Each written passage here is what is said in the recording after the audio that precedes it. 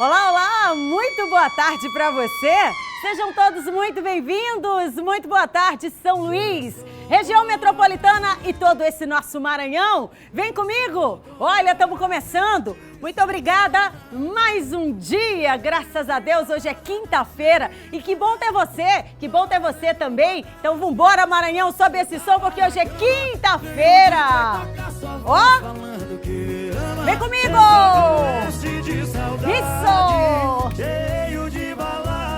Vambora, porque são 12:02 e que bom ter você aí do outro lado. Coisa boa é a gente poder acordar, abrir os olhos e saber que a gente tem uma oportunidade, uma vida todinha pela frente. Então vambora junto, porque eu acho é bom e eu gosto muito saber que a gente tem tudo isso e principalmente ter a sua companhia aí do outro lado, poder te fazer companhia até as 13h30, pra gente não ter coisa melhor nesta vida. 12:03, Vambora, a partir de agora eu já te informo tudo que é informação e claro, direto do nosso jornalismo. Olha, presta atenção, bombeiros constatando irregularidades na segurança em pelo menos 66 condomínios na região metropolitana aqui em São Luís. Lá no interior do Maranhão, município de Codó, uma mulher foi encontrada morta dentro de casa, vítima de asfixia. E o governo federal divulgando um novo calendário de pagamento para o auxílio emergencial. E o ministro do Desenvolvimento Regional veio para São Luís, visitou a capital, o Rogério Marinho. Daqui a pouco a gente mostra o resultado desta visita. E ainda nesta edição, Passo do Lumiar, moradores do residencial Carlos Augusto, denunciando mato, lixo e lama. E sabe quanto tempo tem isso? 20 anos. Pois é, muito tempo, né? Já a gente vai ouvir os relatos de quem mora por lá. Porque tudo isso e muito mais, e a partir de agora, no nosso Hora D, que já está no ar.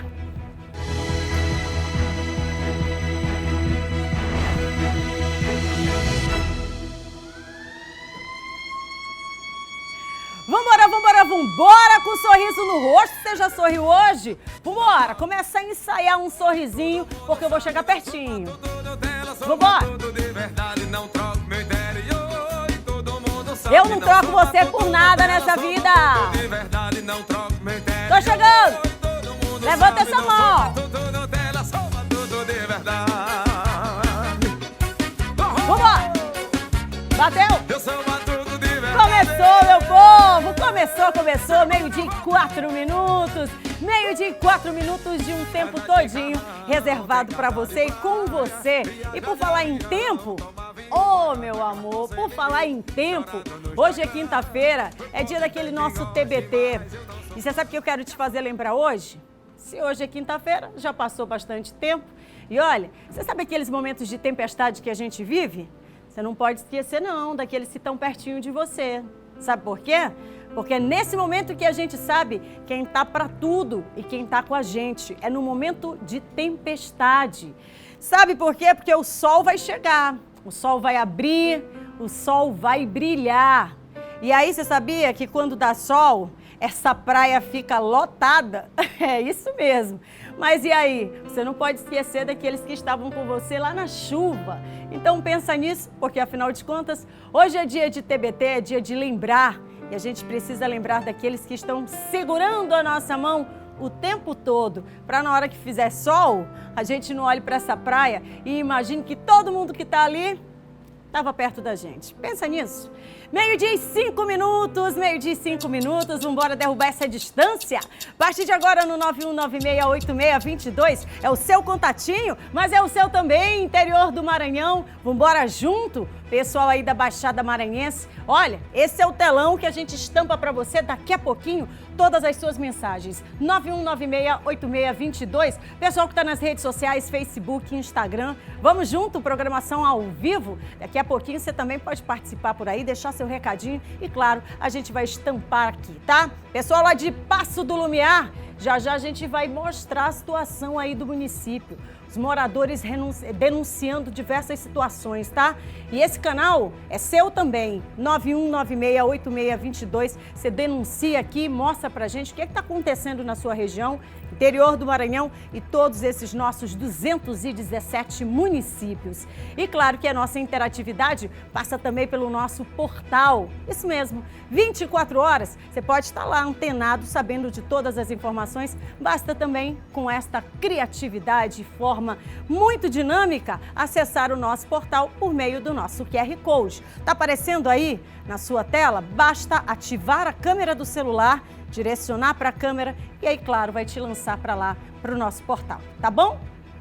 São 12:07, a gente já começa indo lá para o interior do estado. Olha, abrindo o programa de hoje, falando exatamente de mais um crime e, claro, que abordando diretamente mulheres. Lá no município de Codó, uma mulher foi encontrada morta dentro da própria casa.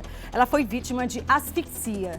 Inicialmente, a polícia acreditava que poderia ter sido um suicídio, mas a perícia mostrou, não foi nada disso não, ela teria sido então assassinada. O companheiro da vítima já está preso como principal suspeito desse crime. A Elisdene era lavradora, morava no quilômetro 17 e agora a perícia está tentando descobrir realmente se foi ela mesma que tirou sua própria vida ou por algumas características que foram encontradas no local. Nós conversamos agora há pouco com o técnico do IML de Codó, o Fábio, e ele falou para a gente quais foram os procedimentos que ele e os seus companheiros de trabalho fizeram no morgue do HGM. A prevista tem realmente marcas no pescoço, que foi um enforcamento, mas aí a gente não sabe se foi ela, se foi... A gente vai esperando o médico dizer o que foi realmente que aconteceu. Que na verdade a gente pode falar é que a gente suspeitamos do atual marido, do companheiro dela, né? A gente não podemos afirmar até porque a gente não vimos, né? Mas que podemos suspeitar porque a pessoa que chegou no local do crime, no momento em que tinha acontecido tudo isso, foi o rapaz, esse companheiro dela, e foi ele quem cortou a corda. Lindoval, Espírito Santo, ele tem 40 anos de idade. Nós conseguimos fazer essas imagens dele quando ele estava deixando a delegacia para vir para cá. O Lindoval, ele é suspeito de ter matado a sua companheira. Ele teria supostamente matado a sua companheira e simulou que teria feito aí o seu próprio suicídio. Ele se encontrava como foragido. O mandado de prisão foi suspendido e ele não foi localizado. Lá foi uma tentativa de homicídio? Lá é uma tentativa de homicídio e aí na data de ontem existe indício de que não teria ocorrido suicídio, né? Hoje, pelo trabalho do médico legista, foi constatado que poderia ter ocorrido uma violência sexual. Mantém na tela as imagens. A gente tem mais um caso aqui, de mulheres mortas, certo? Primeiro fator que a gente apresenta, mulheres mortas, município em Codó. Um caso que passa aí pela vida de mais uma mulher.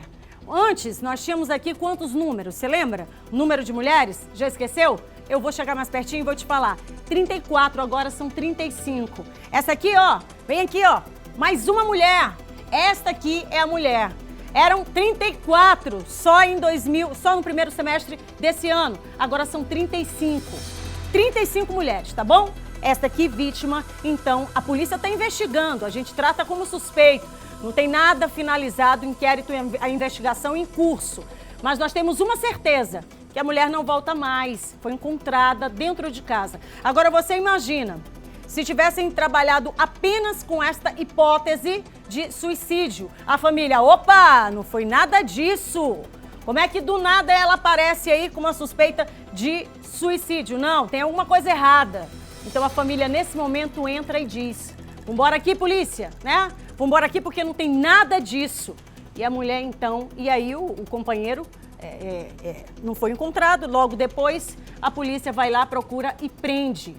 Mais uma vez, repito, suspeito, porque quem vai apontar é a justiça. Mas nós temos mais uma mulher que não está mais aqui para contar a história. Eu, todos os dias, noticio casos não só de violência, mas também, infelizmente, mulheres perdendo a vida. Eu não consigo lembrar do nome da primeira, você sabe por quê? Porque o tempo passa. Mas as famílias desta, que é mais uma, infelizmente, que entra para a estatística, até hoje lamenta a morte. Estou falando só de 2020, tá? Sem falar dos anos anteriores, das mulheres, das famílias, das quais elas foram arrancadas. Não tem mais sonho, não tem mais projeto, não tem mais nada. E aí eu te pergunto, lembra daquela história? Meter a colher e fazer aquele angu girar? É exatamente isso que a gente precisa fazer. Famílias, por favor, vamos ficar atentos. Vamos entrar nesta luta, vamos entrar nesta briga, vamos entrar nessa batalha e nessa guerra. Não sei nem qual que é o nome que você quer dar para isso. Mulheres estão morrendo. Mulheres continuam subindo a estatística aqui no Maranhão. Isso sem falar que a cada minuto uma mulher é morta no mundo. Isso não é um dado inventado, gente. Isso é um dado real. E está aqui mais uma mulher que entra, infelizmente, para essa triste estatística em todo o estado. Agora nós temos 35 mulheres. Claro, a polícia vai apurar a verdadeira causa e apontar, então, a autoria desse crime. A gente por aqui vai aguardar. Mas o crime em Codó tira a vida de uma mulher. 12 horas e 13 minutos. Falar agora de uma briga familiar que terminou com uma pessoa morta no município de Caxias, também interior do estado. O autor do disparo da arma de fogo, porque foi morta a tiros, né? A pessoa foi morta a tiros, é exatamente o cunhado da vítima. Os detalhes você vai acompanhar agora na reportagem da Lina Medeiros. A polícia investiga o crime ocorrido no povoado Canto Virado, no 2º distrito de Caxias, onde o autor foi o cunhado da vítima. E nós já instauramos um inquérito policial e vamos proceder agora à oitiva de testemunhas do fato, para bem instruir o inquérito policial e, se for o caso, até representar pela prisão preventiva do autor. O lavrador Micael Lima da Silva, de 34 anos, foi atingido com um disparo de arma de fogo. Segundo informações da Polícia Civil, Micael ainda chegou a ser socorrido e trazido aqui para o complexo hospitalar da cidade, mas não resistiu aos ferimentos e veio a óbito. O crime teria ocorrido durante uma briga em família, mas a polícia investiga o que de fato aconteceu e continua as buscas pelo cunhado da vítima, que está foragido. A gente ainda não tem a real motivação disso, sabe, só foi um atrito familiar, motivado não sabe por quê, né? Mas é isso que o inquérito policial vai demonstrar, né? A motivação, a autoria já se sabe, né? E a motivação, em que circunstâncias se deu esse fato criminoso. Outra investigação em curso e a gente vai acompanhar o resultado até para poder dar o desfecho aqui para você que acompanha a nossa programação. Região de Caxias, igualmente todo o nosso Maranhão. Aqui na capital, a Polícia Civil, em uma operação, mais uma operação, fechou ontem um bingo clandestino. Funcionava ali no bairro do Olho d'Água, aqui na capital. De acordo com informações da polícia, na ocasião, uma pessoa que não teve a identidade revelada foi conduzida para a delegacia. Além disso, foram apreendidas 10 máquinas caça-níqueis, das quais você acompanha aí nas imagens. A operação foi realizada por intermédio da Superintendência de Polícia Civil da capital, juntamente com a delegacia do 20º DP, e também lá do Parque Vitória, fica localizado no Parque Vitória, além, é claro, do 7º DP no bairro do Turu. Portanto, mais uma operação. Há mais ou menos uma semana, a polícia também fechou casas aqui, né, consideradas de bingo, de azar, aqui na capital, numa operação também feita em parceria com várias delegacias. Aliás, o 7º DP, 20º DP e Superintendência também. Vamos falar agora, gente, resgatar o assunto da família. Ontem nós mostramos aqui, ó, na tela do nosso Hora D, um assunto que chamou a atenção de todo mundo pelas redes sociais. Uma família que precisou descer da aeronave, que foi retirada e conduzida pela Polícia Federal. E após quase 30 horas lá no aeroporto de São Luís, aqui na nossa capital, a família que precisou desembarcar desta aeronave em razão de problemas envolvendo um animal de estimação. Você vai acompanhar agora todo o desfecho desta história, que contou inclusive com a intervenção da Defensoria Pública. A nossa equipe de reportagem acompanhou e a gente traz para você agora. No saguão do aeroporto, a família passou mais de 28 horas depois que Itamar, Maura e a filha do casal foram retirados de dentro do avião pela Polícia Federal. A companhia aérea informou em nota que o cliente compareceu no embarque com um cachorro de grande porte, fora dos padrões autorizados para transportes de pets na cabine, e em seguida teria abandonado o animal na área de embarque. Peguei a cachorrinha, coloquei ali no lado. E tinha o pessoal que estava ali, eu falei para o pessoal, as câmeras estão aí, pode pedir as câmeras. Eu falei, pessoal, como não vai ter condição de ir a cachorrinha aí, eu quero pedir a vocês que vocês me ajudem aí, adotem aí, ou peçam uma ONG para adotar. Mesmo após resolver a situação do cachorro, que chegou ao conhecimento de órgãos de proteção aos animais, o embarque não foi autorizado pela empresa, que preferiu estornar o valor para a agência de viagens. A Defensoria do Consumidor intermediou uma negociação. Já tinha sido informado que estava sendo feito um reembolso, ou seja, o crédito para a agência que ele havia comprado. Então a Defensoria Pública, eu me dirigi até a agência e fiz a composição, solicitei que eles fizessem a compra de passagens o mais rápido possível e eles atenderam, também foram solícitos e conseguiram imediatamente comprar essa passagem que infelizmente a família está podendo prosseguir. Depois de muitas horas tentando resolver o problema, enfim, a família conseguiu o embarque. Isso depois que o Itamar e a esposa foram intimados pelo juizado de menores, precisavam retirar a criança daqui até às 6 horas da tarde. A viagem foi realizada em outra companhia. Aliviado, graças a Deus, muito tranquila. Agora para casa, né? E tudo de bom para a gente, graças a Deus. Obrigada. A família em seguida deve entrar na justiça para possíveis reparos pelo que passou. É bom que seja analisada, que ele procure os órgãos de defesa do consumidor para verificar o que de fato ocorreu para que essa família, inclusive com uma criança, tenha passado a noite aqui no aeroporto. E há de se dizer que tudo é a condução, né? A condução de todo esse caso. Porque essa família, depois de 30 horas, com a intervenção, inclusive, da TV Difusora, do Sistema Difusora, porque chegou ao nosso conhecimento, Silvan Alves esteve lá durante a noite, comprovou a situação dessa família. Logo pela manhã, muita mobilização do nosso jornalismo.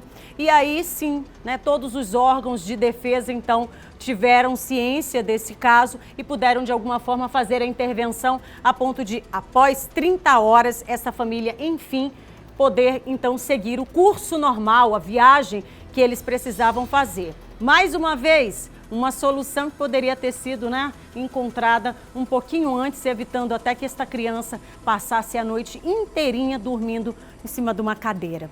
Bom, a empresa Azul, conforme a nossa reportagem, informou que desembarcou o cliente indisciplinado de uma de suas aeronaves do aeroporto de São Luís, é o que diz a nota. A companhia esclarece que o cliente compareceu para embarque com um animal de estimação fora dos padrões autorizados para poder fazer o transporte de pets na cabine, ignorando, portanto, as recomendações dos tripulantes da Azul. O cliente entrou na aeronave e abandonou o animal de estimação na área de embarque do aeroporto. A companhia ressalta ainda que contou com o apoio da Polícia Federal para poder então fazer o desembarque deste cliente e em seguida prosseguiu com o reembolso do valor pago nos bilhetes, é o que diz a nota. Bom, depois de tudo isso, se levanta também um questionamento, né? Qual que é a responsabilidade, direitos e deveres quando o assunto é exatamente o embarque de animais de estimação? Nossa equipe de reportagem foi mais uma vez conferir exatamente qual que é a responsabilidade dividida entre quem vai viajar e também as companhias aéreas na hora desse embarque. Você vai conferir agora. Final feliz para a vira-lata Polly. Depois de ser impedida de embarcar com seus donos no início da semana, a cachorrinha de estimação ganhou um novo lar. Na terça-feira, eu fui no aeroporto resolver um probleminha lá. Foi que eu fiquei sabendo de que um moço não pôde embarcar a cachorra e que ele estava doando a cachorra. Eu fui me oferecer a ficar com a cachorra. E ele simplesmente me deu, claro, com dor no coração, quase chorando, que eu vi que ele estava né? Porque, assim, tem pessoas que tratam animais como se fosse da família, realmente, porque realmente eles são. Na última terça-feira, Itamar Bezerra, a esposa e a filha de 9 anos decidiram acampar no Aeroporto Nacional Marechal Cunha Machado, em São Luís, após serem impedidos de embarcar com o animal de estimação em um voo da companhia Azul Linhas Aéreas para a cidade de Navegantes, em Santa Catarina. A companhia aérea esclareceu que o animal não embarcou porque não se encaixava nas regras da empresa, que estabelece um limite máximo de 5 quilos, contando o peso do animal e da embalagem de transporte, já que os bichinhos viajam junto aos donos e não no compartimento de bagagem. Esta representante da Comissão de Defesa e Proteção dos Animais da Seccional Maranhense da OAB explica que cada empresa tem liberdade para determinar onde os animais são transportados e que os donos dos animais devem consultar as companhias aéreas antes de comprarem as passagens. É importante o proprietário, antes de adquirir a passagem, tanto dele quanto do animal, e se dirigir-se pessoalmente a cada agência de viagem, a cada companhia, para saber as dimensões específicas exatas da caixa. Depois de encontrar Bruna e um novo lar para o animal, a família finalmente embarcou em uma outra companhia aérea. Alheia ou não ao tamanho da confusão que causou, a Polly já está adaptada e fazendo outra família muito feliz. Ela está super feliz, está interagindo e é bem animada. Como vocês podem ver no vídeo, que ela interage, ela brinca, ela pula, porque ela é todo tempo assim. Ai, que coisa boa, final feliz para todo mundo, para a família e finalmente então também para a cadelinha. Afinal de contas faz parte da família, né? A gente já gosta muito. Mas saindo desta polêmica, saindo desta discussão, a gente agora passa a abordar uma outra discussão e bem séria, tá? Levanta um alerta, inclusive, sobre a segurança nos condomínios aqui da nossa capital. Olha, uma inspeção realizada pelo Corpo de Bombeiros do Maranhão encontrou irregularidades no sistema de combate a incêndios em pelo menos 66 condomínios residenciais localizados na região metropolitana aqui da nossa capital. E tudo isso você sabe porque você tem acompanhado por aqui, fruto daquele episódio da semana passada em que levou um apartamento, ficou completamente destruído após um incêndio. O resultado da vistoria que foi feita ontem, né, foi apresentado inclusive pelo Corpo de Bombeiros, pelo alto escalão do Corpo de Bombeiros, foi revelado durante uma coletiva realizada ontem, mostrando que dos 72 prédios vistoriados, apenas seis, gente, não foram constatadas nenhuma irregularidade. A operação, que contou com o apoio do Ministério Público do Maranhão, foi iniciada exatamente após esse incêndio que eu mencionei agora há pouco, num prédio lá na última quinta-feira. Hoje tem uma semana desse episódio, tá? No bairro do Calhau, aqui na capital. Olha, de acordo com a lei estadual, lá de 1995, do Código de Segurança contra Incêndio, isso é de responsabilidade do condomínio, viu? A instalação, a manutenção de equipamentos de prevenção exatamente contra incêndios. E aí, em caso de mortos ou feridos, o condomínio, né? Cada um dos condomínios também pode responder criminalmente. Veja como é sério. O repórter Ciro Mineiro está ao vivo com a gente agora, vai bater um papo com a gente sobre esse assunto. Muito boa tarde, Ciro, seja muito bem-vindo aqui com a gente. Uma polêmica levantada que levou o Corpo de Bombeiros a fazer esta vistoria e chamando a atenção o número, gente, de 66 condomínios não apresentam segurança, item necessário de combate a incêndio. Muito boa tarde, Ciro. Boa tarde, Kate, a você e a todos que acompanham o Hora D. Olha só, Kate, esse número, na verdade, ele foi divulgado oficialmente, né, durante a coletiva à imprensa, esse número que você acabou de informar, né, aos nossos telespectadores, de 66 condomínios onde foram identificadas irregularidades. Esses números foram apresentados oficialmente por meio de uma coletiva à imprensa realizada no dia de ontem. Só que agora há pouco, o Corpo de Bombeiros atualizou esses números. E, Kate, a situação é ainda mais grave. Queira você acreditar, viu? Olha só, dos 107 condomínios residenciais vistoriados. Em 96 deles foram identificadas irregularidades quanto à documentação emitida pelo Corpo de Bombeiros. Só frisando esse número de 107 condomínios residenciais vistoriados, em 96 foram identificados irregularidades. Condomínios aqui da região metropolitana de São Luís. E eu estou aqui ao lado exatamente do Major Lisboa, né, que é porta-voz do Corpo de Bombeiros. Major, um número extremamente alarmante, né? Quer dizer, de modo geral, esses quase 100 condomínios residenciais, essas quase 100 edificações possuem irregularidades e estão em desacordo com o Corpo de Bombeiros, não é isso? Exatamente, boa tarde.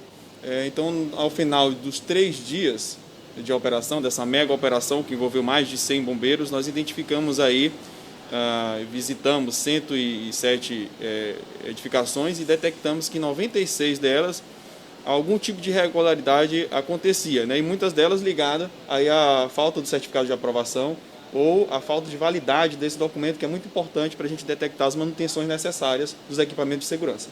Agora, Major, é importante também a gente destacar que quando ocorre um incêndio, por exemplo, em um condomínio residencial, em caso de mortes, de pessoas mortas ou mesmo de feridos, esse condomínio residencial, a administração desse condomínio, ela vai responder criminalmente por esse acidente, né?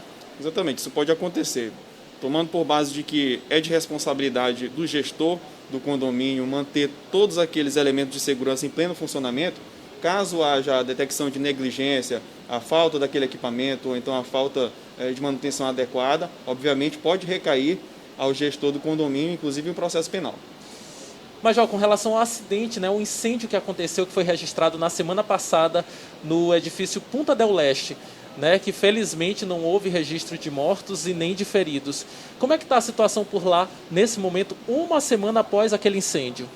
Isso, foram detectados aí algumas fissuras, né, a laje de alguns pavimentos foi condenada, então precisa se realizar esse reparo para que seja liberado aí o fluxo das pessoas. É importante lembrar também que esse edifício, ele também, no que se refere à documentação, ele também estava em desacordo com o Corpo de Bombeiros, né? Isso, nós fizemos o levantamento da documentação, estava com o certificado de aprovação vencido, além de muitos elementos de segurança estarem com defeito, então, enfim, não conseguimos realizar o emprego. Isso aí que foi bastante preocupante, principalmente no que diz respeito ao emprego das mangueiras, que não havia pressão necessária para o combate a incêndio.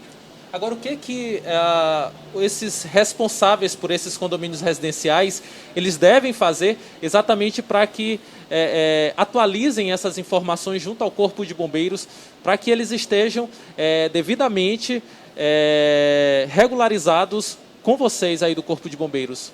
Certo. Primeiramente, nós recomendamos que o certificado de aprovação ele seja solicitado para o Corpo de Bombeiros para que a gente possa realizar as vistorias e apontar formalmente o que há em desacordo. Mas é de fundamental importância que os gestores procurem realizar a manutenção desses elementos de segurança. É possível que mesmo naquele ano de vigência do certificado de aprovação, alguns elementos apresentem falhas, como por exemplo a bomba que dá pressurização ao sistema fixo de hidrantes. Então por isso é importante que os gestores eles façam essa manutenção bimestral, trimestral e que sempre cataloguem todas as certificações dos responsáveis técnicos para que tudo funcione a todo momento. Major, nós temos uma pergunta lá do estúdio com a Kate, vamos ouvir? Muito bem, gente, olha, a gente está ao vivo falando exatamente sobre essa situação da segurança e irregularidade das condições das edificações aqui na nossa capital. Foram apontados aí dados levando em consideração, num total de 107 edificações que foram então vistoriadas, pelo menos 96 apresentando irregularidades do ponto de vista da segurança e também documentos que estavam vencidos. Bom, a gente imagina que são centenas de prédios, né? Prédios bem altos, gigantescos aqui na nossa capital, mas também tem edificações ali, 3, 4 andares, Como é que é feita essa mensuração para que quem mora em condomínio, porque qualquer pessoa pode, então, solicitar essa vistoria, mas como é que é feito isso por parte do Corpo de Bombeiros para que as pessoas em casa compreendam a necessidade das suas edificações passarem por uma vistoria, serem regularizadas, estarem regularizadas, principalmente do ponto de vista da segurança, incêndio, documentação e tudo mais? Major, na verdade, como a Kate ressaltou ainda há pouco lá no estúdio, são várias edificações aqui na capital maranhense, entre grandes edificações e pequenas edificações, né, de 3, de 4 pavimentos. E como que se pode fazer exatamente para que se possa solicitar, né, essa vistoria do Corpo de Bombeiros, para que se tenha, né, uma clara certeza de como está a sua edificação? Como é que se pode fazer essa solicitação? Certo. Nós temos uma diretoria de atividades técnicas, que é responsável pela realização dessas vistorias e a emissão do certificado de aprovação. Fica localizada no caminho da Boiada e todo gestor da edificação ou alguma pessoa que tenha o encaminhamento desse gestor, ele faça realmente, formalmente, o requerimento desse documento para que o Corpo de Bombeiros faça a primeira visita. Ok. Conversamos com o Major Lisboa, né, que é porta-voz do Corpo de Bombeiros. Kate, um número extremamente alto, né, como a gente falou ainda há pouco, mais de 100 edificações em desacordo com o Corpo de Bombeiros do Maranhão. Fica esse alerta, né, exatamente para que os moradores também possam cobrar, exatamente para que essa regularização possa acontecer, até porque nós estamos falando de segurança e de vidas. Voltamos com você aí no estúdio. Muito obrigada, Ciro, ao vivo mais uma vez, com muita responsabilidade, abordando esse assunto que chama a atenção exatamente pelo nível de segurança. Há uma semana, exatamente uma semana, um incêndio de grandes proporções e que não tinha, gente, hidrante, não tinha acesso para facilitar o trabalho do Corpo de Bombeiros naquele momento ali. E aí comprometendo não só um apartamento, mas 3 andares desta edificação, desse prédio.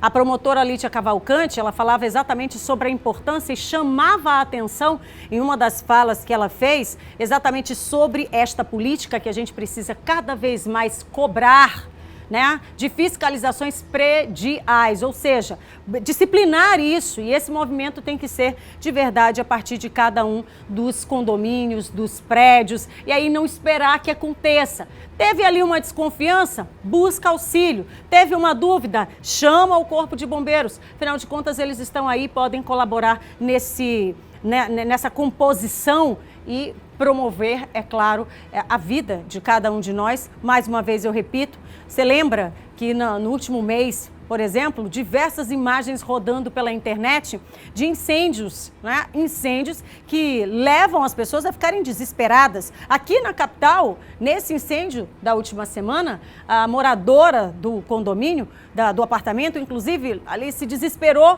jogou água. Não era para ter feito isso, mas no momento do desespero a pessoa nunca entende muito bem o que pode ser feito. Mas aqui fica, então, esse alerta para todo mundo e, claro, buscar o Corpo de Bombeiros como uma manobra primeira na hora de saber se está tudo certinho com esse condomínio, tá bom? 91968622 é o nosso contato, você já sabe disso, pode participar com a gente e, claro, mandar sua mensagem e a gente vai estampar aqui na nossa telona. Começamos o programa de hoje visitando o interior do estado, município de Codó, com mais um caso de morte, violência contra a mulher. Depois continuamos ali por Caxias, já abordamos a situação dos condomínios aqui na nossa capital e agora falar de saúde, porque nas últimas 24 horas o Maranhão registrou 1.755 novos casos para Covid-19 em todo o estado. O dado eleva, claro, para mais de 147 mil o número de pessoas infectadas em todo o Maranhão. O Maranhão chegou a 147.676 casos confirmados do novo coronavírus nesta quinta-feira, em boletim divulgado pela Secretaria de Estado da Saúde. Os números mostram ainda que o estado tem 3.390 óbitos pela doença e 135.853 curados. Nas últimas 24 horas foram confirmadas 13 mortes por conta da infecção causada pelo novo coronavírus. coronavírus. 8.433 pessoas estão em tratamento, sendo que 7.967 estão em isolamento domiciliar, 283 em leitos de enfermaria e 183 em leitos de UTI. Novos óbitos foram registrados em Buritibravo, São João dos Patos, Arari, Porto Franco, Itaipava do Grajaú e Caxias, cada cidade com 1 óbito, Codó e São Luís com 2 e Matões com 3. Números que a gente percebe apontar aí de aumento, de elevação. Isso, desde o início da semana, os 2 primeiros dias, segunda e terça-feira, nós percebemos números ali, ó, na ordem de 500, começando a semana, na terça-feira 400 e alguma coisa, já na quarta saltou para 1.026 e hoje, portanto, 1.755 casos. Olha, o inquérito sorológico apontou um outro dado importante. Cerca de 45% da população não usou máscara no mês de julho, mês passado, além de 44% dos infectados que não seguiu as medidas de isolamento social para a prevenção da doença. Você está vendo? Olha, 45% da população não utilizou a máscara. Máscara, aliás, protocolo de saúde e que está lá determinado no decreto que foi divulgado desde março, início da pandemia. Mês de julho apresentando 45% de pessoas que simplesmente decidiram, esqueceram, não utilizaram a máscara. E olha, só para você ter ideia, o Brasil completou 6 meses do primeiro caso de Covid-19 e passa de 117 mil mortos em todo o país. Números que assustam, números que chamam a atenção e números que nos convocam para que a gente não deixe de fazer a nossa parte. Bom, números também que lá na região tocantina vem chamando a atenção, sobretudo Imperatriz. E olha, de ontem para hoje foram mais 37 casos diagnosticados para Covid-19. E após suspender o atendimento exclusivo para pacientes da Covid-19, pela queda no número de casos em Imperatriz, antes, porque agora é um outro cenário. A Imperatriz, que é a segunda maior cidade do Maranhão, o Hospital Macro-Regional voltou a fazer atendimento ambulatorial e para as pessoas encaminhadas, então, pela UPA Bernardo Sayão.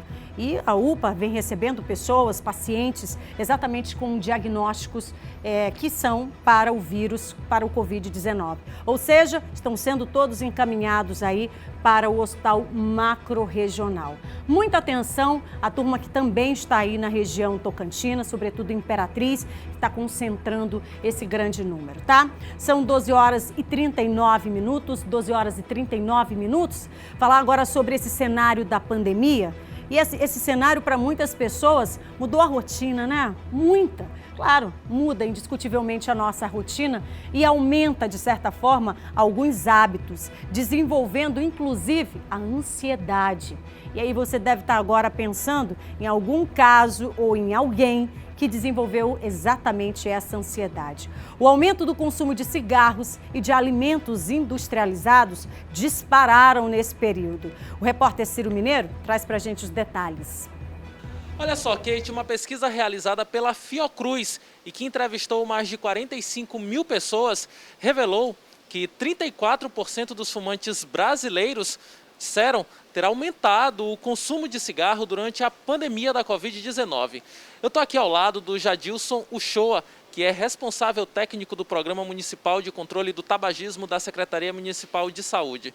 Jadilson, como é que a gente pode explicar, na verdade, o aumento desses índices, a depressão, a ansiedade, o sentimento de tristeza, que foram situações muito comuns, principalmente agora durante a pandemia, são os motivos para esse aumento desse consumo de tabaco? Existem várias pesquisas, que já demonstram a relação da Covid-19 com o tabaco, e aí isso já nos faz, e tem um alerta de que as pessoas começaram a fumar muito mais, por conta do isolamento social.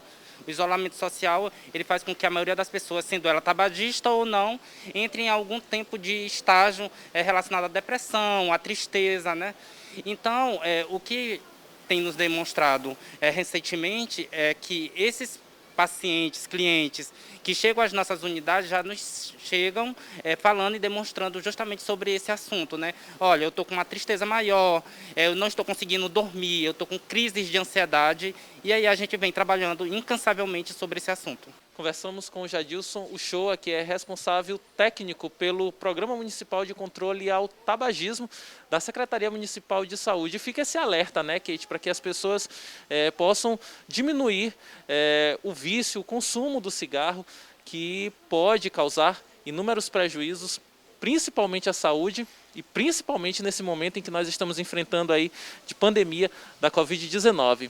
Voltamos com você, Kate, aí no estúdio. Muito bem, Ciro, logo mais no Jornal da Difusora você acompanha também a matéria completa que fala exatamente desse alerta. Olha, presta atenção na criançada também. Outro dia eu estava lá em casa, aí eu tô olhando aqui esse negócio de mão na boca, aí eu disse, vem cá, me dá aqui a tua mão, deixa eu olhar pra menorzinha. Porque eu olho, tá pra comer o dedo. A unha não tem mais, tá assim no toquinho, tá pra comer o dedo. Eu disse, vamos embora serrar essa unha, né? Serrar o quê, mamãe, que tá na carne?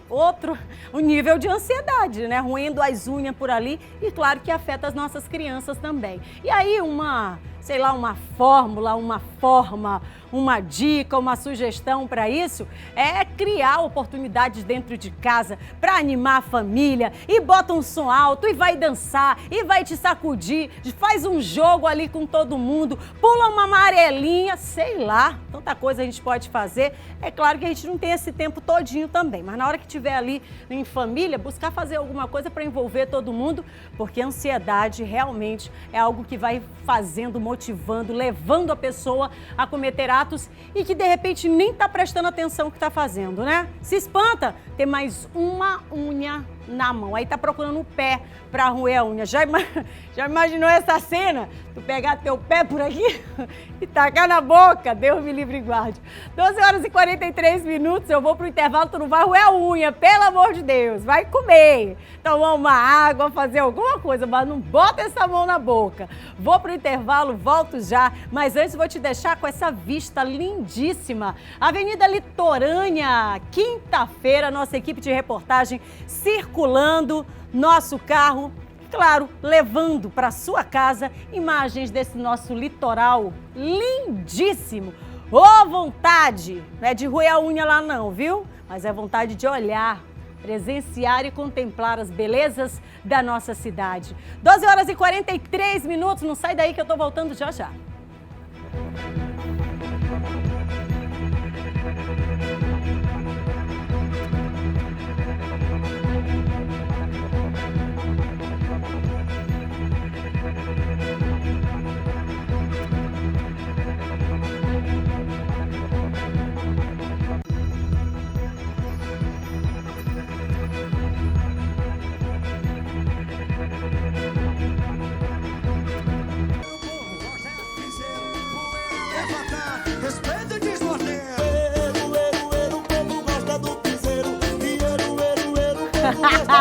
Luciano fica doidinho, vambora, 12h47, 12h47, vamos junto. Tô desde o meio-dia no ar, você já sabe que você que tá aí é o nosso a nossa principal estrela. Manda mensagem, 91968622, e é por você também, viu? Você mesmo, que a gente todos os dias traz pra você as melhores informações.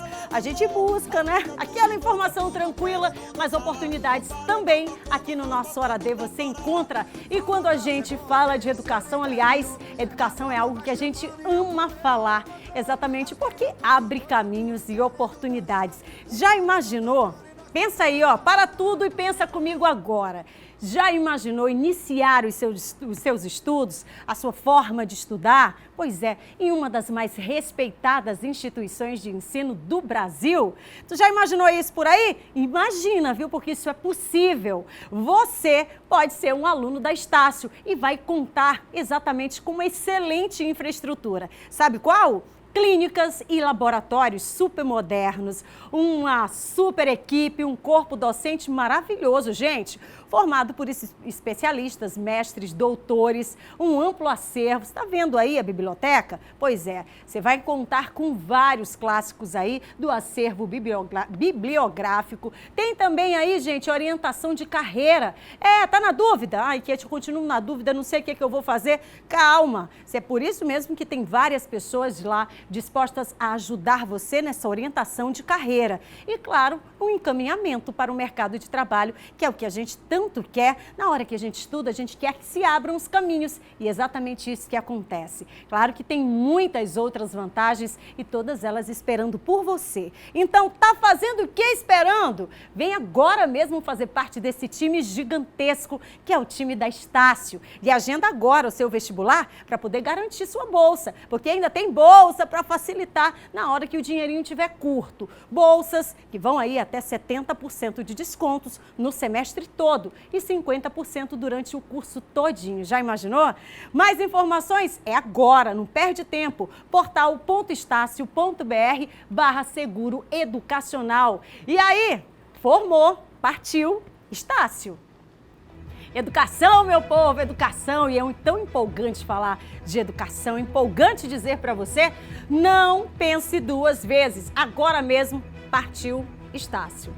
Fala de infraestrutura, alô meu povo, muita atenção. Vamos conhecer os problemas das pessoas, conhecer a realidade desse nosso povo. Porque às vezes a gente pensa assim, ó, bota aqui, ó, tô pisando bem aqui nesse chão. Mostra aí, Marquinhos. Aliás, mostra aí, Jacob. Ó, tamo aqui, né? Pisando aqui nesse chão, tenho onde andar, tá tudo tranquilinho na minha vida. Mas tem gente que não tá assim, não. Tem gente que, infelizmente, há anos tem que pôr o pé no chão, na areia, tem que botar o pé na lama. E sabe por quê? Porque não tem infraestrutura. Vamos mostrar agora a situação que enfrenta diariamente dezenas, centenas de moradores lá do residencial Carlos Augusto, no município de Passo do Lumiar. Por lá, gente, eles estão denunciando a falta de serviços básicos e, claro, a infraestrutura que há anos, pelo menos 20 anos, eles precisam enfrentar. Olá, bom dia, Kate, bom dia a todos que acompanham aqui o Hora D. Olha, aqui não parece, mas essa é a rua 5 do residencial Carlos Augusto, aqui no município de Passo do Lumiar. Por diversas vezes nós já mostramos aqui no Hora D, inclusive a repórter Andréa Brito esteve aqui há alguns meses, porém nada mudou. A rua segue como você está vendo nessas imagens, as pessoas não conseguem trafegar. Inclusive eu vou conversar aqui com o seu Zé João, ele que é um morador aqui da rua, seu Zé João. Situação muito complicada, muito mato. Como é que você faz para você conseguir trafegar por aqui durante a noite, principalmente? Senhor, de noite, a gente não pode nem andar aqui de noite, porque, olha, bem lá na frente ali, tem uma lagoa que a gente não pode passar. No inverno aqui, olhe lá, para uma criança passar e um idoso atravessar, porque a correnteza é demais. Olha como está imundício aí, ó. Tá vendo, senhor? Tá feio, feio demais. Então nós precisamos aqui uma limpeza, uma coisa bonita, né, senhor? Kate, a gente vai conhecer aqui de uma forma diferente como é que é trafegar por essa região. Vocês que precisam passar por aqui todos os dias, crianças, idosos. Senhor, é luta. A gente não está passando, não tá podendo passar. Você está vendo como está o negócio aqui, ó. Tá desse jeito aqui, ó. Até pode você cair aqui, dentro desse negócio aqui, tudo sujo por aqui. E aí mete até medo pra gente andar de noite aqui. E medo, sim, senhor. Olha só como eu improviso aqui, né? Porque isso é água de esgoto. Água de esgoto aí. A gente não pode... Aqui não pode passar com bicicleta, não pode passar com... Aperreado a gente mesmo, aí, ó. Então, acredito que seja uma dificuldade muito grande, crianças e idosos, né? Muito grande, olha aí, ó. Com cuidado, ó. Cuidado, porque se não tiver cuidado... Aí, você atola aqui, pronto, como é que pode? Kate, nós vamos conversar agora com outra moradora, a dona Dina. A casa dela fica bem aqui nessa esquina e a situação segue a mesma até o final da rua. Vocês reclamam muito da questão dos insetos, o mato alto, né, contribui para isso. Mato alto, aqui enche tudo no inverno, nossas casas aqui tudinho fica alagada. Esse estoco de pé de coco, nós cortamos pra gente botar aqui, ó. No inverno a gente tapa tudinho. Improvisar para tentar passar. Para a água não passar, para não encher muitas casas da gente. Mas aqui todo o tempo é desse jeito. Desde que eu cheguei aqui já tem o quê? Mais de que eu cheguei aqui já tem uns 12 anos. Então, 12 anos, a rua nunca se... Nunca, todo tempo é desse jeito.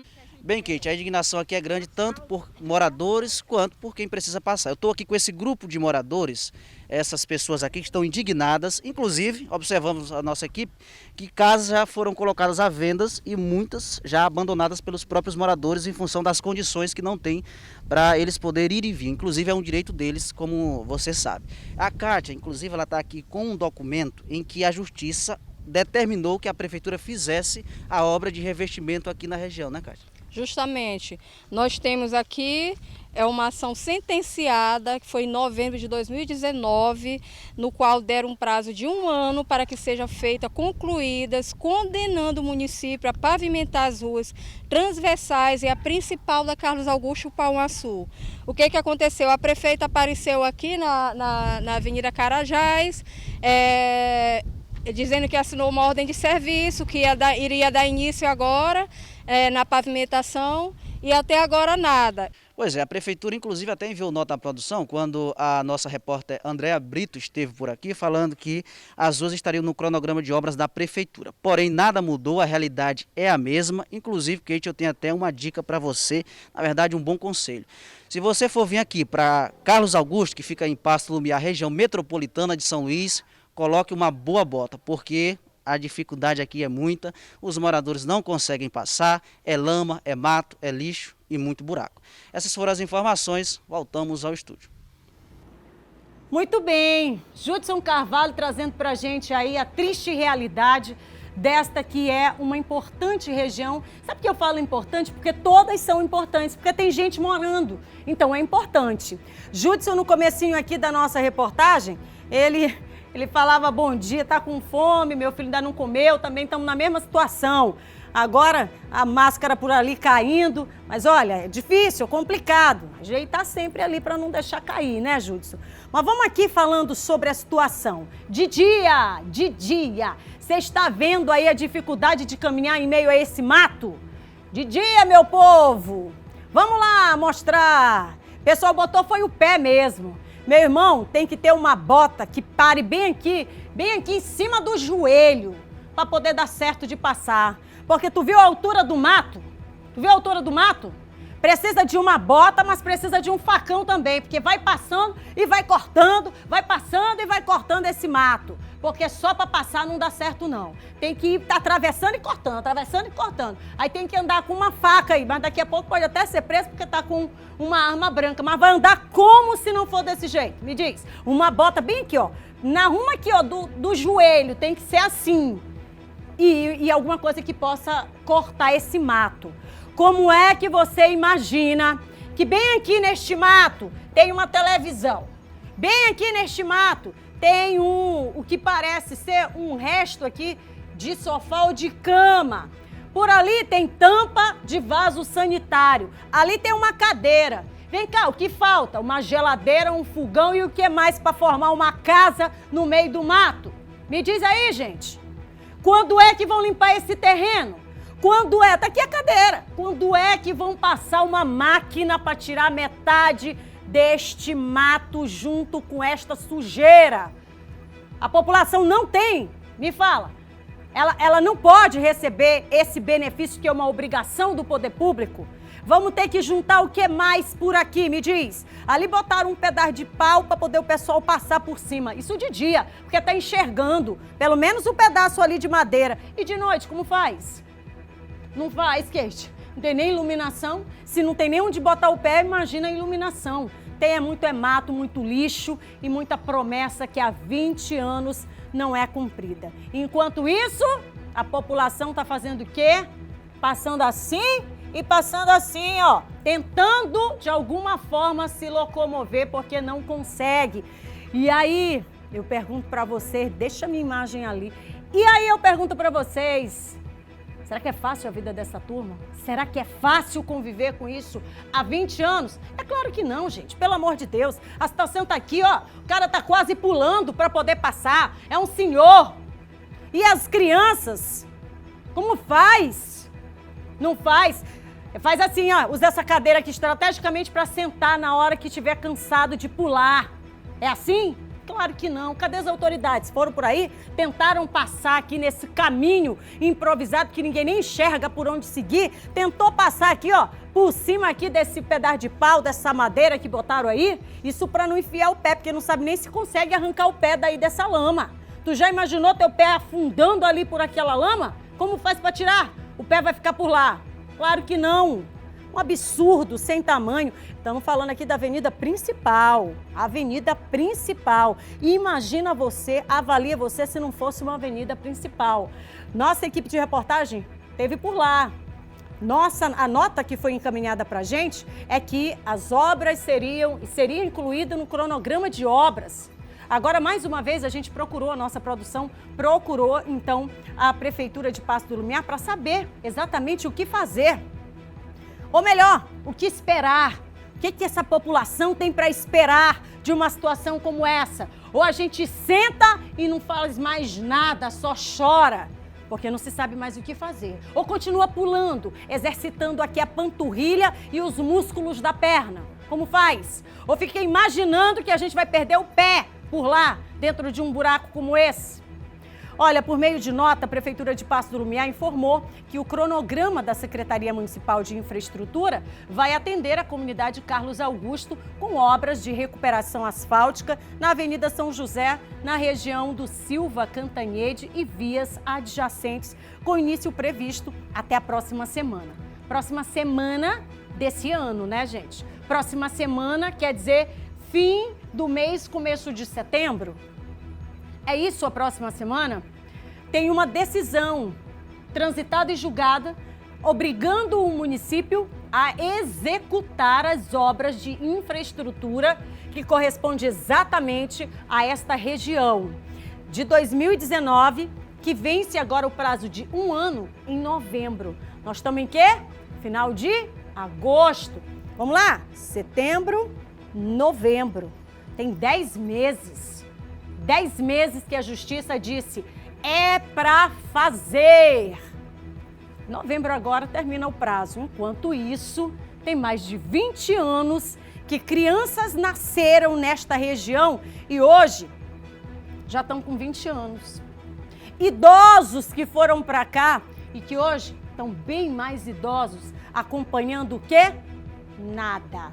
Somente a tristeza e o descaso que ano a ano vai se instalando nesta região, a exemplo desta água parada, porque por lá está tudo parado, não tem nada em movimento. Mais uma vez a gente se une aqui em solidariedade e colocando mais uma vez à disposição para que você que está aí do outro lado possa denunciar a situação. Alô, população de Passo do Lumiar, do residencial Carlos Augusto, assim que começarem as obras, manda para a gente poder entender também e ficar nessa conexão de que alguma coisa de fato está sendo feita em prol desta comunidade, tá bom? Bom, na manhã de hoje, o ministro do Desenvolvimento Regional, o Rogério Marinho, esteve aqui em São Luís e visitou o residencial José Chagas, no bairro da Ilhinha. A repórter Andréa Brito acompanhou essa visita e traz para a gente os detalhes. Boa tarde, Kate. Boa tarde a todos. O residencial recebeu 17 milhões do governo federal para ser concluído. Ele foi entregue no início do mês para cerca de 1.000 pessoas que moravam em palafitas na região da Ilhinha. O ministro também falou sobre o novo programa de habitação do governo federal. Nós lançamos recentemente um programa habitacional. Mais de 50% ou quase 50% dos mutuários de faixa 1 estão inadimplentes. A lei, inclusive, impedia que houvesse negociação, o que era um defeito enorme na lei anterior habitacional. Nós retiramos esse impedimento da medida provisória, pretendemos fazer um grande mutirão no primeiro trimestre do próximo ano. São mais de 500 mil famílias em todo o Brasil e aqui também no estado do Maranhão, que poderão ter a condição de resgatar a sua dignidade e dar tranquilidade e conforto às suas famílias, porque não vão perder a sua residência, o seu lar. E ainda hoje, Kate, à tarde, o ministro vai estar em Barra do Corda, onde ele vai entregar as chaves de 1.000 residências que vão beneficiar cerca de 4.000 pessoas naquela cidade. Andréa Brito para o Hora D. Muito bem, logo mais também no Jornal da Difusora você pode acompanhar a visita completa, a reportagem que fala da visita no nosso Jornal da Difusora. E logo mais também, ao final do nosso Hora D, você acompanha todas as reportagens exibidas. Perdeu alguma? Está curioso, quer voltar a olhar, a rever? Você vai lá no nosso portal, lá no nosso MA10, ou então vai direto no nosso canal no YouTube, coloca assim TV Difusora, você vai encontrar rapidinho todas as reportagens que são exibidas aqui no nosso jornalismo, principalmente no seu Hora D. São 13h03. Falar agora um recado que vai para todo o Maranhão, porque o Maranhão já vacinou 85% do rebanho contra a febre aftosa. Só que o prazo, gente, encerra agora, segunda-feira, portanto, no dia 31. Os números da cobertura vacinal do rebanho maranhense contra a febre aftosa até a primeira quinzena de agosto contabilizaram, portanto, mais de 85% do rebanho imunizado. Em todo o Maranhão, são quase 9 milhões de cabeças de gado.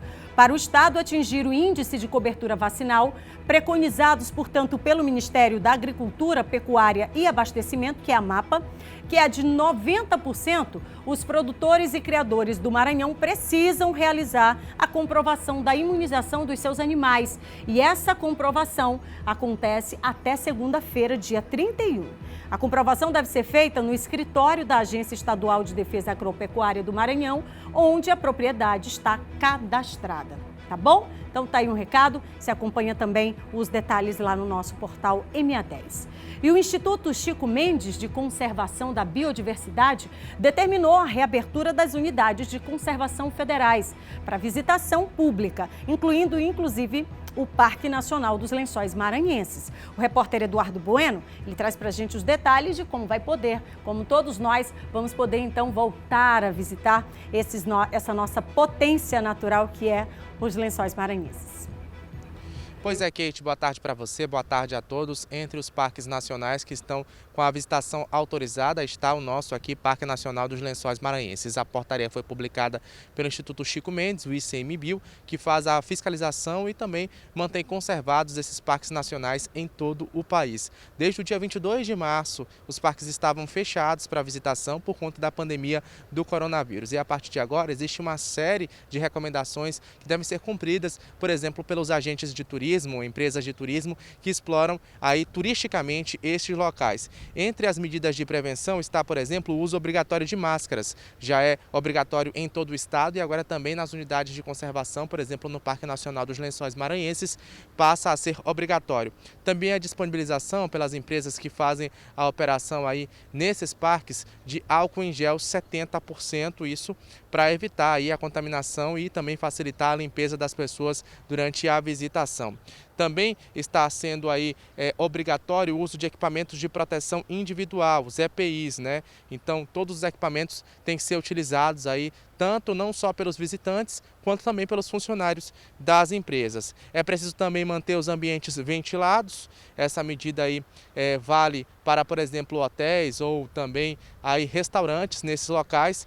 Quanto à limpeza tem que ser frequente, viu? Inclusive nos ambientes de uso comum, e essa limpeza tem que ser feita de forma frequente pelas operadoras aí, como eu já bem disse, de turismo que atuam no Parque Nacional dos Lençóis Maranhenses. A gente está falando do nosso caso aqui do Maranhão. É preciso também remover jornais, revistas, panfletos, livros em locais de comum acesso. Também é preciso estimular, as empresas agora são obrigadas a estimular o distanciamento, nesse caso o distanciamento de 2 metros no mínimo em filas, por exemplo, para entrada ou para acesso a esses transportes. E falando nos transportes, eles devem também agora ser priorizado a ventilação natural, transporte de passageiros, de visitantes, tem que ser estimulada a visitação natural. As máquinas de cartão de débito e crédito agora elas têm que estar fixas e envolta de papel filme, aquele plástico filme que a gente usa em casa, agora também é obrigatório aí para os parques nacionais. E é claro, respeitar a capacidade de transporte de cada tipo de veículo, evitando a superlotação. Essa medida vale então para vários parques nacionais do Brasil. A gente está falando aí dos casos do Parque Nacional de Iguaçu, no Paraná, também tem outros parques em outras regiões do país, mas principalmente aqui para o nosso estado, aqui do Maranhão, vale para o Parque Nacional dos Lençóis Maranhenses. Eu volto ao estúdio com você, Kate Almeida. Muito obrigada, tá, Eduardo? E a gente sabe que com a reabertura dos parques, claro que vem aquecer aí diretamente uma outra etapa, um outro segmento que é exatamente do turismo e abre uma janela para que o aquecimento econômico, os trabalhos e toda essa geração de renda possa então acontecer, obedecendo todos esses critérios e todo mundo fazendo, é claro, a sua parte. E aí, claro, a gente vai voltando pouco a pouco, que a gente considera de normalidade, mas de normal não tem nada ainda, tá? Vamos ficar atento aí, todo mundo fazendo exatamente a sua parte. Vamos aqui rapidinho para o nosso 91968622. Boa tarde, linda. Manda coração de bola para mim, a Luana do Monte Castelo. Cadê a Luana? Beijo para ti, Lu. Muito obrigada, viu? Monte Castelo também. Muito obrigada pela participação. Cadê? Boa tarde, amiga. Sou eu, Maria, aqui do Quatrac. Coloca aí a nossa foto. Somos corretores de imóveis. Parabéns para nós e para todos os corretores. Hoje é dia do corretor de imóveis. Olha aí. Então, em nome da Maria, do esposo, uma nossa saudação a todos esses profissionais importantes e que igualmente fazem parte do nosso dia a dia. Muito obrigada e a nossa saudação, nosso beijo a todo mundo. Obrigada, tá? Oi, Kate, mostra a foto aí da minha filha, Cristal. Somos do interior de Morros. Cadê Morros, Maranhão? Que lindona! Aquele coraçãozinho pra você de bola, tá, meu amor? A tia tá toda cheia de coisa aqui, ó. Então fica pior ainda o coração. Um beijo. Não, Jacob, um beijo pra você. Boa tarde, eu sou a Geisilene. Amo o programa, moro no Porto do Mocajituba, Passo do Lumiar. Cadê o pessoal? Que linda! O sorriso maravilhoso. Aquele coraçãozinho pra você e um beijo. Obrigada pelo carinho. Já já eu volto ali pro nosso telão pra gente continuar saudando e mostrando você que faz parte dessa família gigantesca que é o nosso Hora D. Vou pro intervalo. Você já sabe que é um minutinho. Na volta a gente fala sobre eleições 2020. A Justiça Eleitoral está então com uma campanha para os mesários voluntários. Você já sabe que é um minuto, né? Sai daí não, continua almoçando, relaxa. Hoje é quinta-feira. Lembra de alguma coisa boa? É um minuto.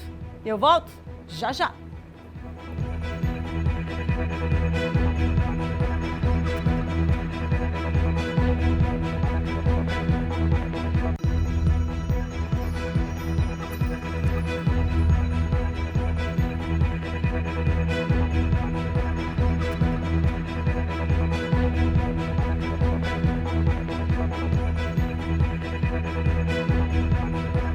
De volta, 13 horas e 13 minutinhos.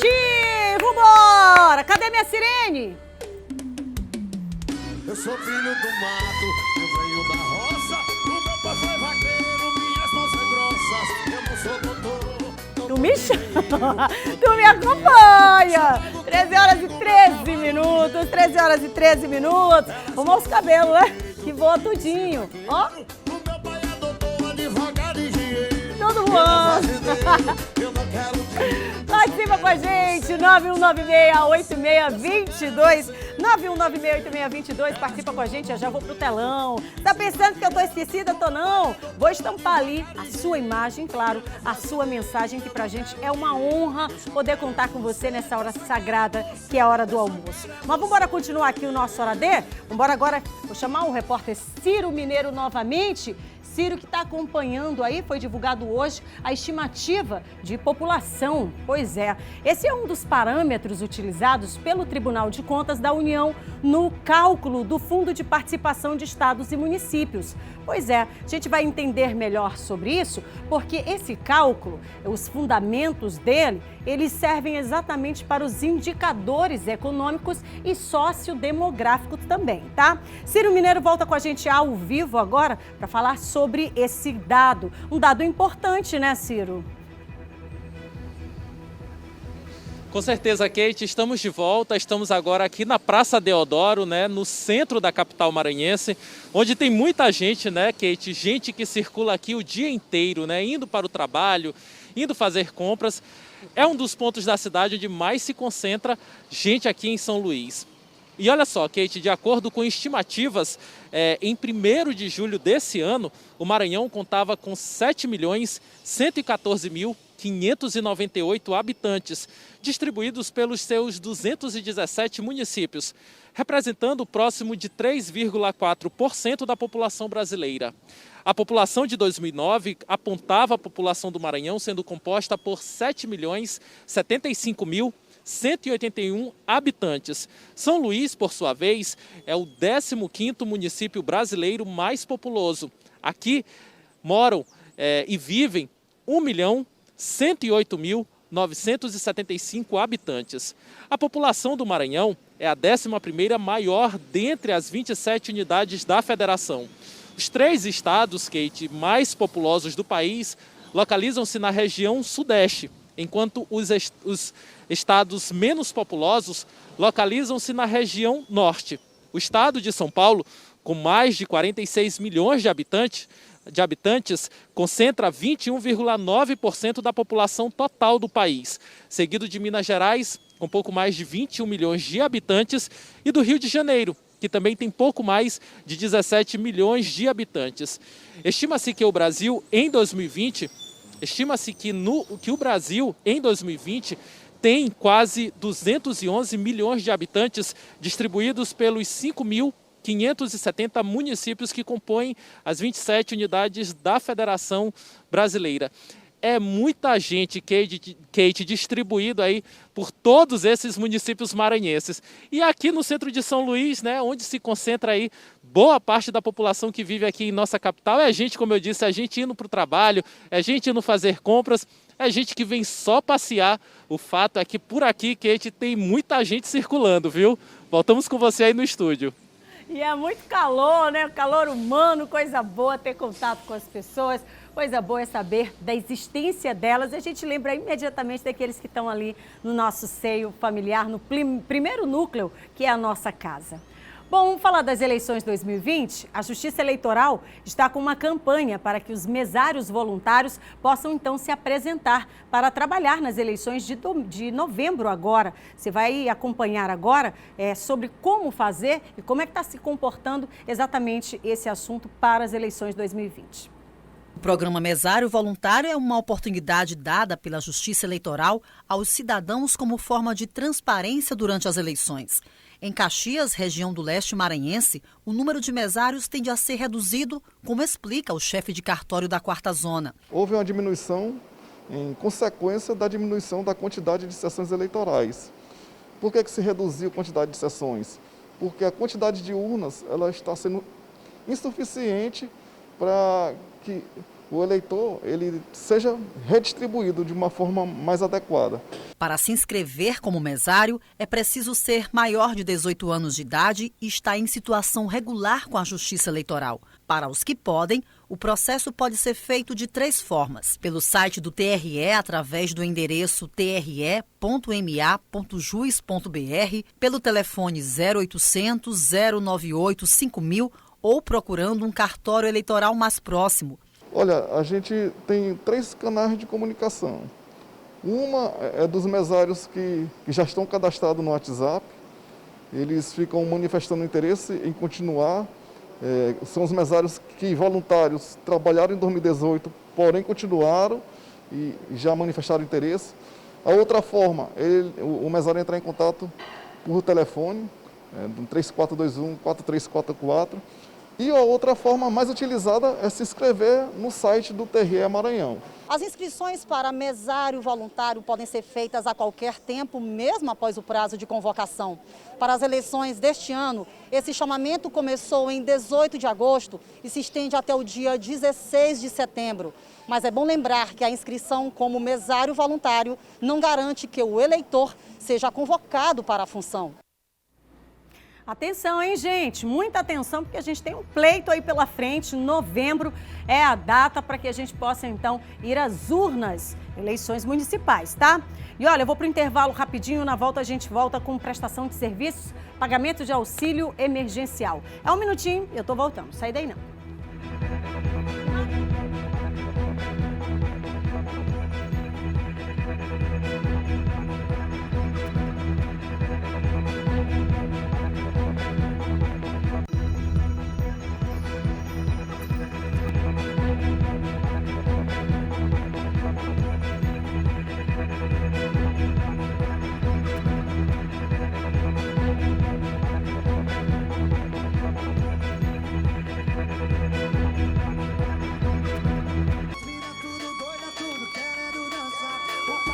Tô de volta. Olha pro seu reloginho, até as 13h30 eu tô contigo.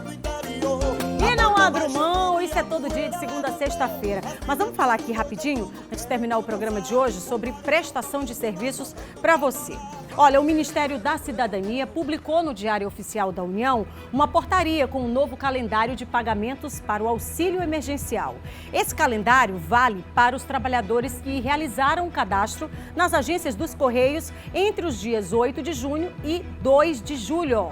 Os que fizeram contestação do pedido de auxílio entre os dias 3 de julho e 16 de agosto também está valendo e que tenha sido considerado elegível, tá? O novo calendário também abrange as pessoas que receberam a primeira parcela em meses anteriores, mas que tenham tido o pagamento reavaliado em agosto de 2020. Esta, portanto, é a nova decisão e, claro, você pode acompanhar daqui a pouquinho lá no nosso portal MA10. Um outro resultado que a gente divulga agora foi dado pela Secretaria de Estado da Educação, divulgando, portanto, o resultado final das inscrições para os candidatos às vagas dos cursos de formação inicial e também continuada na língua inglesa, tá? Na modalidade online. Então, atenção, porque as inscrições foram realizadas exclusivamente pela internet. Agora, o resultado já está disponível no link www.iema.ma.gov.br/seletivos. iema.ma.gov.br/seletivos. Esse é o link que você pode acessar para obter os resultados, tá? Os candidatos inscritos e selecionados deverão efetivar a sua matrícula de forma presencial hoje e amanhã na unidade vocacional do IEMA Idiomas, que fica localizado lá na Rua Portugal, número 221, região central também. Fica ali na Praia Grande, tá bom? E assim, claro, vou me aproximando aqui pertinho de vocês, porque a última informação que a gente tem que dar agora é sobre uma pesquisa, alimentação, falar daquilo que a gente precisa e que faz bem também, que a gente precisa estar de olho. Com a chegada da pandemia, muita gente acabou, de certa forma, se preocupando mais com a alimentação. Isso é muito bom, por conta da melhoria, inclusive, da imunidade. Mas uma refeição balanceada ainda é muito difícil para muita gente, né? Tentar se alimentar de forma correta. Isso é o que diz uma pesquisa feita pelo Ministério da Saúde. O que não pode faltar na mesa de Antônio Vieira é o que a maioria dos brasileiros gosta. Não pode faltar arroz e feijão, não. Entre junho de 2017 e julho de 2018, uma pesquisa de orçamentos familiares feita pelo IBGE concluiu que 76,1% da população consome arroz com frequência. Acompanhado do feijão, o percentual é de 60%. O queridinho dos brasileiros é o café, com 78,1%. O estudo foi feito em parceria com o Ministério da Saúde. Foram ouvidos 46 mil moradores com idade a partir de 10 anos em 20 mil domicílios. Eles informaram o consumo alimentar para 2 dias. Os pesquisadores avaliaram que o consumo de frutas e verduras ainda é bem abaixo do esperado. Especialistas alertam para a importância da alimentação balanceada. Tudo tem que ter um equilíbrio, né? A gente deve ingerir sempre para ter um organismo mais saudável, mais disposição, mais energia, carboidratos, proteínas, frutas, verduras, fibras, para que a gente tenha esse equilíbrio e o nosso organismo, né, ele possa funcionar da melhor forma. Foi o que fez a Lúcia. A mudança de hábitos resultou em melhoria na saúde e imunidade. No começo foi difícil, porque o meu ritmo alimentar ele estava totalmente mudado da minha alimentação que eu tinha que fazer. E optei comer mais salada, mais fruta, comer comida saudável. A minha qualidade de vida hoje, ela melhorou, minha autoestima, tudo melhorou na minha vida. Muito bem, você está vendo a importância de uma boa alimentação? Imunidade, humor, o corpo, a pele, tudo fica saudável, né? Então vamos prestar mais atenção naquilo que a gente está ingerindo. Claro que o nosso cafezinho é importante, claro que aquela bobagem de vez em quando também a gente consegue, pode, mas isso não pode fazer parte da nossa rotina, não é? Vamos rapidinho aqui, 91968622. Boa tarde, Kate, eu sou de Chapadinha, manda beijo pra minha princesinha Emanuele, tá completando 1 aninho. Lindona, Beijão da tia pra você, viu? Obrigada. Kate, eu me chamo Maria, gosto muito do programa. Mostra a foto aí do meu irmão. Agora. Eita, que lindão. Beijo pros dois. Obrigada, tá? Kate, manda um alô aí pra Joana da Panacoatira. Ô, Panacoatira. Beijos. Lá em São José de Ribamar. Beijo, meu povo. Lindona. Boa tarde, Kate. Manda aí um coração de bola pra mim e pro meu marido. Somos daqui de Peris de Baixo. Cadê Peris de Baixo? Eita, mozão grandão. Tô indo embora. Um beijo pro casal, um beijo pra todo mundo aí de Peris de Baixo, pro nosso Maranhão como um todo. Tô indo embora, desejando pra você uma excelente quinta-feira. Vambora lembrar de quem passou aí com você pela tempestade.